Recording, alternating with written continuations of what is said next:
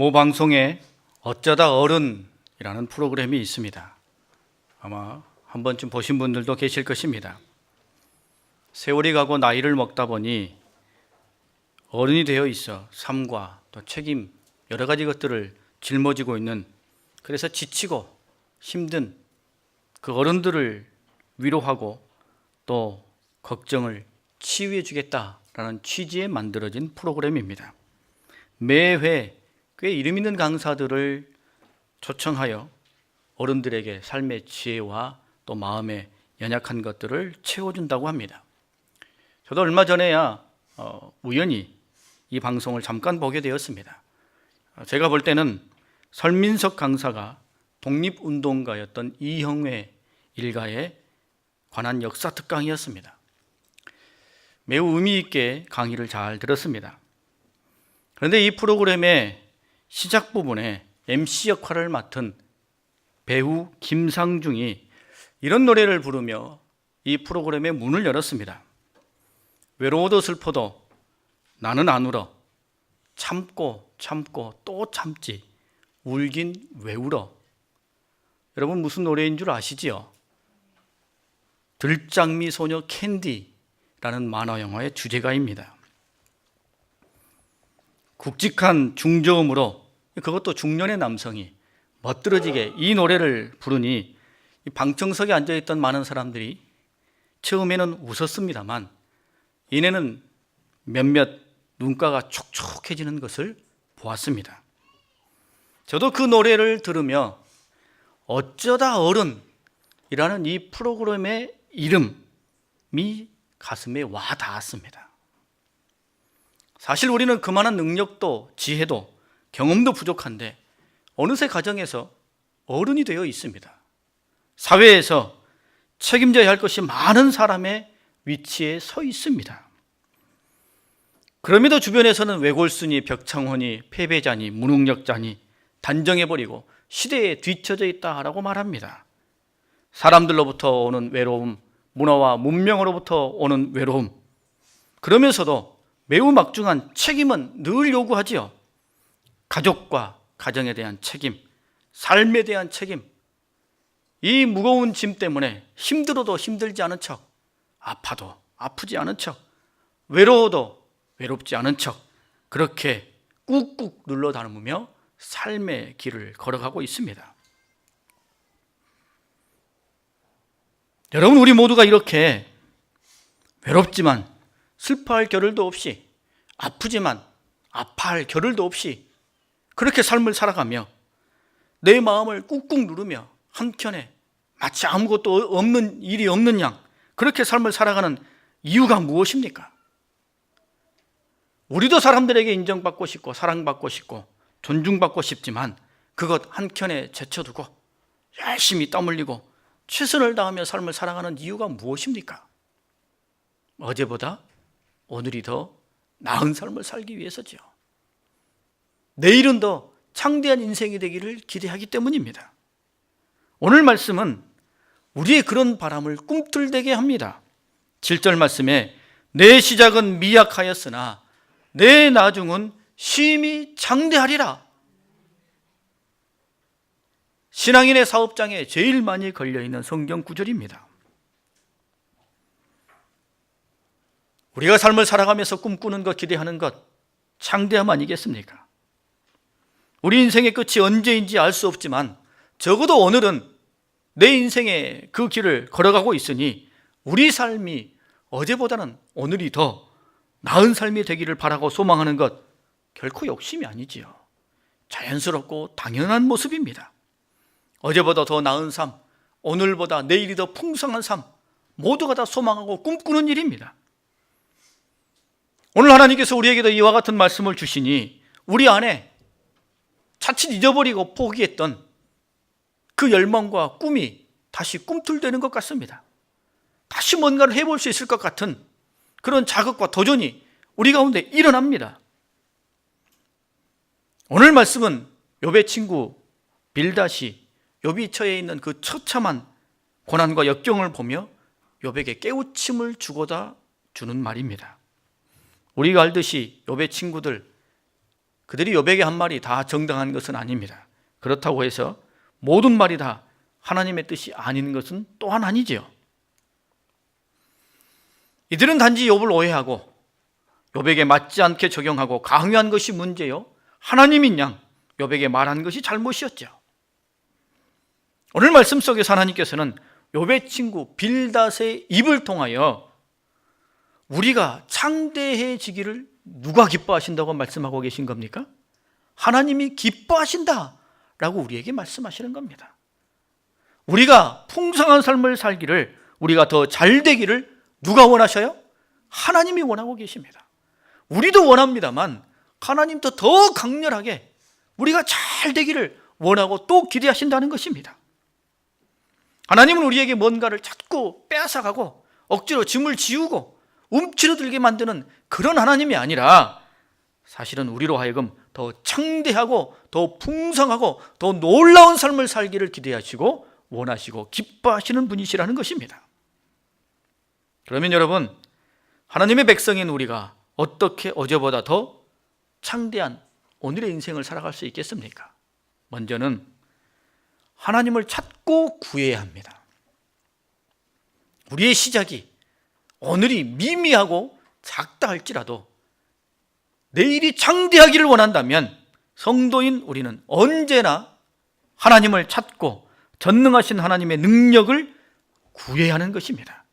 5절 말씀에 내가 만일 하나님을 찾으며 전능하신 이에게 간구하고 라고 분명히 우리에게 말씀해 주고 있습니다.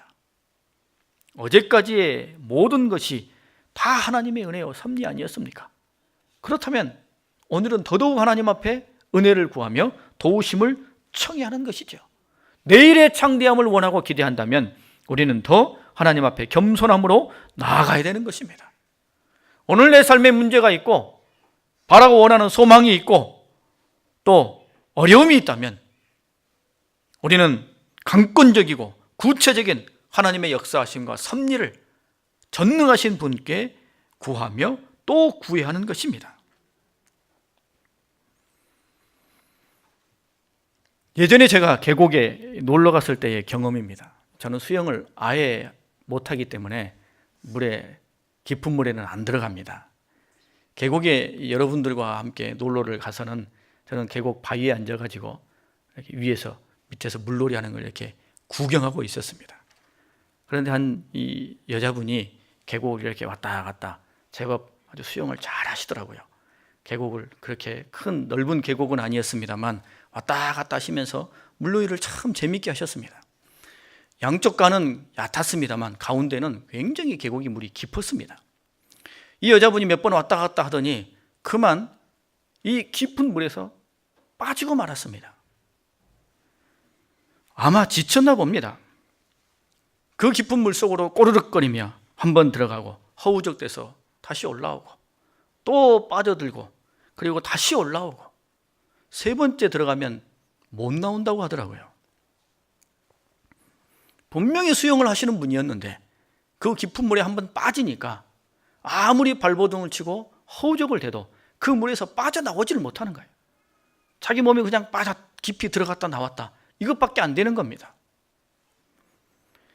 제가 그것을 보고 뭐 어떻게 하지 하고 있는 순간에 다행히 그 옆에서 수영을 하고 있던 한 남자분이 이 여자분의 등을 쫙 밀어줬습니다. 그러니 그 깊은 물에서 그제서야 빠져나오고 생명을 건질 수 있었습니다. 여러분, 우리도 우리 인생을 살아가면서 문제에 빠지면 내 스스로 빠져나오기가 너무 어렵습니다. 그때는 반드시 누군가가 내 등을 밀어주거나 내 손을 잡아 이끌어 그 수렁에서 건져내 줘야 되죠. 반드시 누군가의 도움이 필요한 순간이 우리에게는 너무나 많습니다. 그러므로 우리는 우리를 위해 일하시기를 기뻐하시는 하나님께, 이 세상의 모든 것을 주관하시는 하나님께 은혜를 구하며 도움을 청해야 하는 것입니다. 여러분, 창대하기를 원하십니까? 풍성한 삶을 살기를 원하십니까? 하나님 앞에 간구하십시오. 하나님을 구하십시오. 그런데 우리 다 기도하고 있지 않습니까? 다 다 문제 앞에 하나님 찾고 있습니다. 그럼에도 우리가 아쉽게도 실패하고 좌절하고 무너지고 응답을 받지 못하고 우리가 이렇게 살아가는 이유는 무엇이겠습니까? 우리가 놓치고 있는 중요한 것은 무엇이겠습니까? 우리가 하나님을 찾음에도 내 인생이 어제보다도 창대하고 나아가지 못하는 이유는 무엇이겠습니까? 그것은 우리의 마음입니다. 성도 여러분, 우리가 하나님을 찾았다면, 하나님께 간구하고 은혜를 구했다면, 간절히 부르짖었다면, 이제 그 다음에는 나 자신과의 싸움이 남아 있습니다. 내 마음을 지키는 것이 남아 있습니다. 수많은 미혹들과 수많은 좌절 앞에서, 여러 상황들 앞에서 한결같이 내 마음을, 하나님을 찾고 구하는 그 하나님을 향한 간절한 마음을 지키는 것, 그 싸움이 우리 앞에 남아있는 거죠. 우리는 기도만 하고 간구만 하고 그 다음에 싸움을 하지 않습니다. 그 다음에 싸움에서 너무나 쉽게 넘어져 버려요. 기도할 때는 세상의 모든 것을 얻을 수 있는 것처럼, 하나님을 향한 불꽃 같은 믿음이 있는 것처럼 기도합니다만, 간구합니다만, 그 순간이 지나고 나면 똑같이 다시 주섬주섬 모든 걱정과 근심과 두려운 것들을 마음에 차곡차곡 다시 다 담습니다. 그렇게 해서는 하나님의 응답을 구할 수 없습니다. 우리가 하나님을 찾고 은혜를 구하면 그 다음에 우리가 정말로 잊지 말아야 할 것은, 그 다음에는 나 자신과의 싸움이 남아있다는 거예요. 내 마음을 지키는 겁니다. 여러분, 욥이 얼마나 극심한 고난을 당했습니까?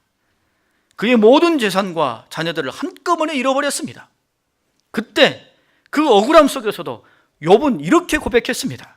주신 이도 여호와시요 거두신 이도 여호와시오니 여호와의 이름이 찬송을 받으실지니이다 라고 그가 선포하였습니다. 나중에 자신의 몸에 종기가 나서 질그릇 조각으로 이 종기를 박박 긁는 그 고통 속에 아내가 차라리 하나님을 욕하고 죽으라 라고 저주하며 떠나가는 그때에 욥은 우리가 하나님께 복을 받았은 즉 화도 받지 않겠느냐라고 고백하며 선포합니다. 여러분, 이 고백 속에 뭐가 느껴지십니까? 넋두리가 느껴지십니까? 좌절과 포기가 느껴지십니까? 그렇지 않습니다. 이 고백 속에는 하나님을 향한 욥의 마음이 담겨져 있습니다. 주시기도 하신 하나님, 거두어가기도 하신 하나님, 내 인생을 하나님께 의탁하나이다. 복을 주시기도 하시는 하나님, 저주도 주시기도 하시는 하나님, 또 복을 주시지 않겠습니까? 하나님께 은혜를 구하며 하나님을 바라보고 있는 것이죠. 응답해 주실 때까지 여전히 하나님을 찾고 권능을 구하는 마음으로 기다리는 것, 이게 우리에게 남겨진 몫입니다. 지금 당장 이루어지지 않았다고, 나는 급한데 하나님은 너무 느긋하시다고 그렇게 원망하고 불평하며 금방 좌절하고 쓰러질 것이 아니라, 내가 하나님을 구하고 찾고 간구하고 부르짖었다면 이제는 나 자신과의 싸움, 내 마음을 지키는 것에 힘을 쓰며 하나님을 향한 간구를 붙들어야 하는 것입니다. 좋은 생각의 발행인인 정용철 시인이 길이라는 시를 지었습니다. 거기에 식구에 이런 표현들이 있습니다. 몸이 가는 길이 있고 마음이 가는 길이 있습니다. 몸이 가는 길은 걸을수록 지치지만 마음이 가는 길은 멈출 때 지칩니다. 몸이 가는 길은 비가 오면 젖지만 마음이 가는 길은 비가 오면 더 깨끗해집니다 라는 시입니다. 여러분, 마음은 멈추면 안 됩니다. 어제까지 그 마음이 생생하게 살아있었다 할지라도 오늘 내가 그 마음을 멈추고 내려놓아 버리면 어제까지 그 마음을 지킨 것이 물거품이 되고 마는 겁니다. 마음은 오히려 역경과 위기 속에서 더 선명하고 더 분명해지는 것이죠. 이전보다 나중에 더 창대해지기를 원한다면 우리는 하나님을 향한 마음을 어느 때든지 멈춰서는 안 되는 것입니다. 아브라함이 자손의 약속을 받고 25년을 기다린 끝에 이삭을 아들로 선물로 받습니다. 요셉은 꿈을 꾸고 비전을 받은 뒤에 10수년 동안 종살이와 감옥살이를 한 뒤에야 총리가 되었습니다. 모세는 가나안 땅을 목전에 두고 40년의 광야 생활을 견뎌내야 했습니다. 다윗은 기름 부음을 받고 쫓기는 삶을 10수년을 견뎌내고 난 다음에야 이스라엘의 왕이 될 수 있었습니다. 여러분, 이 위대한 선각자들이 우리에게 보여주는 것이 무엇입니까? 그 고난의 자리에 그 장구한 세월 내내 종살이와 감옥살이와 쫓기는 삶, 절망과 낙담의 현장, 그 속에서도 하나님을 향한 그의 마음을 지켰다는 것입니다. 하나님을 바라보았다는 거죠. 포기하지 않았다는 것입니다. 하나님을 찾고 구하며 그 찾고 구하는 그 마음을 언제든지 지키고 붙들고 있을 때에 우리의 나중은 심히 창대하게 될 것입니다. 두 번째는 청결과 정직을 행해야 됩니다. 우리가 정말로 나중에 창대하기를 원한다면 우리의 삶이 청결하고 정직해야 하지요. 6절 말씀에 또 청결하고 정직하면 이라고 말씀하십니다. 여러분, 생활이 지저분하고 삶이 난잡하고 혼란스러운 사람에게 하나님께서 은혜를 주시고자 해도, 성공과 창대함을 주시고자 해도 주기가 어려울 수밖에 없습니다. 왜냐하면 성도가 땀 흘림, 수고, 청결, 정직 없이 승승장구한다면 오히려 하나님의 영광을 가리는 것이 되기 때문입니다. 하나님의 이름에 먹칠을 하고 그뿐만 아니라 그 자신이 나중에 믿음에서 떨어질 수도 있기 때문입니다. 용사의 삶은 단순하지요. 오랜 여행을 하는 사람의 삶은 단순합니다. 가지고 가는 것, 챙기는 것 매우 단순합니다. 너무 많은 것을 가지고 가려고 하고 생각이 많고 곁눈질을 하면 삶이 혼란스러워지죠. 청결과 정직을 지키기가 쉽지 않습니다. 그런데 여기서 우리의 한 가지 의문이 생깁니다. 얼마만큼 해야 청결과 정직을 이룰 수 있을까요? 얼마만큼 올라가야, 어느 수준에 도달해야? 그 기준을 정하기가 어렵습니다. 설령 그 기준을 정해놓는다 할지라도 연약한 우리가 거기에 도달할 수 있겠습니까? 어렵지요.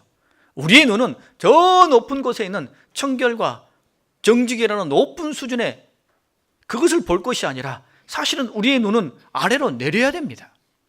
청결과 정직을 위해 내가 오늘 무엇을 시작해야 될지, 내 삶에서 무엇을 해야 할지 그것을 볼 수 있어야 됩니다.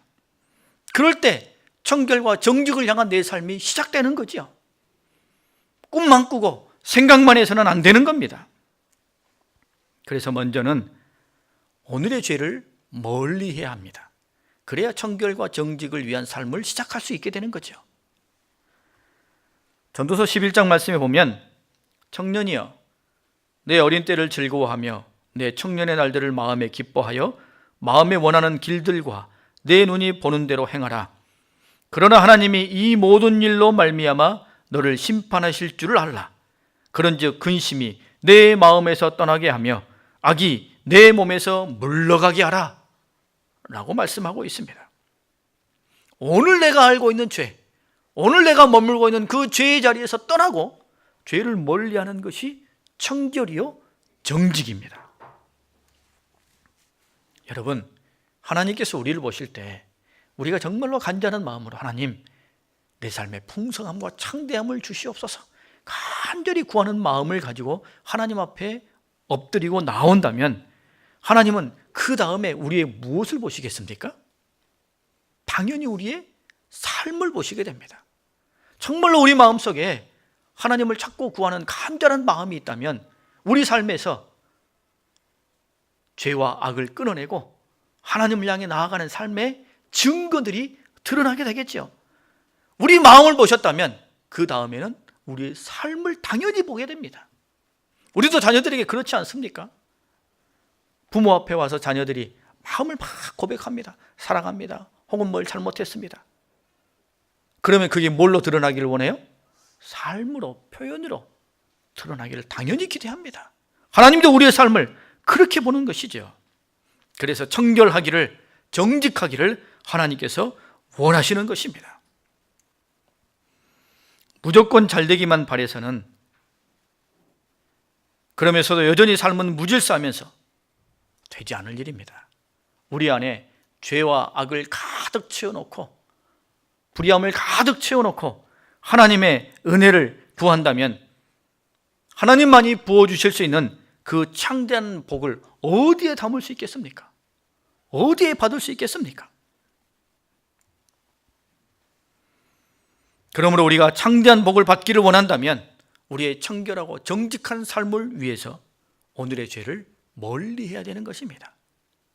또 하나, 청결과 정직의 삶을 위해서는 하나님의 징계를 겸허하게 감내할 수 있어야 됩니다. 오늘의 죄를 떠나는 것 매우 중요합니다. 그만큼이나 이미 지은 죄에 대한 책임 매우 중요합니다. 여러분, 우리가 지은 죄 하나 그것이 크든 작든 그 죄의 값에는 뭐가 담겨져 있습니까?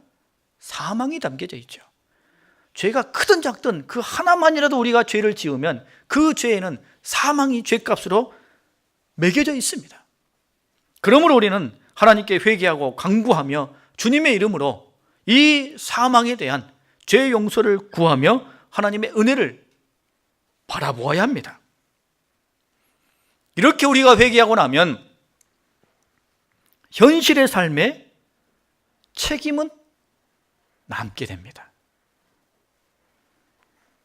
남에게 심각한 피해를 주는 죄를 지었는데 하나님께 회개했다고 해서 아무런 책임도 지지 않게 된다면 여러분, 누구의 이름이 우스워집니까? 하나님의 이름이 우스워지죠. 제가 컨닝을 했습니다. 그러다가 선생님에게 들켰어요. 선생님에게 들키고 나니 너무나 부끄럽고 또 너무나 죄송스러운 마음에 하나님 앞에 회개합니다. 하나님, 잘못했습니다. 제가 어찌하다가 남의 것, 남의 공부한 것 훔치는 도적질을 했습니다. 용서해 주십시오. 하나님을 속이고 선생님을 속였습니다. 이렇게 하나님 앞에 회개했습니다. 그러면 다 끝납니까? 아니죠. 내가 컨닝을 한 것에 대한 책임을 져야 하는 겁니다. 내 실수와 내 죄에 대한 책임은 남아 있습니다. 그래야 우리 자신이 지은 죄에 대한 엄중함을 조금이라도 알게 되는 겁니다. 그리고 이후에라도 그런 죄를 다시 짓지 않게 되는 것입니다. 우리가 어떤 죄를 지었다고 생각해 보십시오. 그 죄에 대해 하나님 앞에 간구하며 회개하였더니 하나님께서 죄 용서해 주실 뿐만 아니라 어떤 책임도 마치 아무 일도 없었던 것처럼 그 모든 문제가 무마되었다고 생각해 보십시오. 그러면 연약하고 악한 우리가 다음번에 그와 비슷한 상황이 전개될 때 그 죄를 또 지을까요, 안 지을까요? 짓게 됩니다. 하나님이 기뻐하시는 모습이 아니에요. 하나님께서는 당신의 백성들이 이 세상에서 조금이라도 하나님을 닮아가기를 원합니다. 정말로 내 새끼답다, 정말로 내 자녀답다, 정말로 내가 빚값으로 산 존재 같다, 그걸 하나님이 기대하시고 원하시죠. 그래서 적당한 의미의 책임을 지는 것, 하나님의 징계를 겸허하게 받아들이는 것은 우리 삶에 있어서 죄의 엄중함을 깨닫게 되고 그 죄로부터 떠날 수 있는 귀한 계기가 된다는 것입니다. 여러분, 성도의 진정한 회개는 하나님께 전심으로 죄의 용서를 구할 뿐만 아니라 자신의 잘못에 대한 책임까지도 군말 없이 담당하겠습니다 라는 마음이 진정한 회개입니다. 죄의 값으로 인한 사망도 피하고 아무 일도 없었던 것처럼 그렇게 해달라는 것은 회개가 아닙니다. 자신의 잘못과 허물을 철저히 인정하고 하나님의 처분에 자신을 온전히 내어드리는 것, 이게 회개입니다. 너무나 놀랍게도 우리 하나님께서는 우리가 감당해야 할 책임과 징계보다 너무나 작은 것으로 우리에게 책임을 물으십니다. 어떨 때는 마치 그런 것이 없는 것처럼 지나갈 때도 있습니다. 우리가 느끼지 못할 만큼 너무나 작은 징계를 우리에게 주실 때도 있습니다. 때로는 징계를 행하시다가도 그것을 금방 거두드리시기도 합니다. 히브리서 12장에 보면 무릇 징계가 당신은 즐거워 보이지 않고 슬퍼 보이나 후에 그로 말미암아 연단받은 자들은 의와 평강의 열매를 맺느니라 라고 말씀하셔요. 징계가 어렵고 힘든 일이나 그러나 그것을 감내하며 겸허히 받아들인 자들에게는 삶의 의와 평강의 열매가 맺혀지게 된다는 겁니다. 또한 이렇게 말씀하셨어요. 욥기 5장 18절에 하나님은 아프게 하시다가 싸매시며 상하게 하시다가 그의 손으로 고치시나니 라고 말씀합니다. 징계를 행하셨으나 그러나 하나님은 긍휼이 많으신 분이시라 금방 그것을 거두들이신다는 것입니다. 끌어안으신다는 것이죠. 여러분, 우리가 정말로 청결과 정직의 삶을 살기를 원한다면 내 삶에 있는 죄의 자리, 그 죄를 멀리하고 또 하나님께로부터 징계를 받는다 할지라도 그것을 겸허히 받아들이는 것, 거기서부터 청결과 정직의 삶이 시작된다는 것을 잊지 마십시오. 오늘 말씀처럼 어제보다 창대한 인생이 되기를 원한다면, 나중에 정말로 심히 창대한 삶을 살기를 원한다면 여러분 언제든지 하나님을 찾고 구하는 그 마음 지키시고 삶의 모든 현장에서 나 자신과의 싸움을 싸워가십시오. 그 안에서 하나님을 향한 마음을 지키십시오. 붙들어내십시오. 그리고 우리 삶에서 죄를 멀리하고 하나님의 징계마저도 겸하게 받아들임으로 말미암아 하나님을 기쁘시게 하는 청결과 정직의 삶을 살아가는, 그래서 하나님께로부터 큰 복을 받는 우리 모두의 삶이 될 수 있기를 바랍니다. 우리 함께 찬양하고 기도하겠습니다.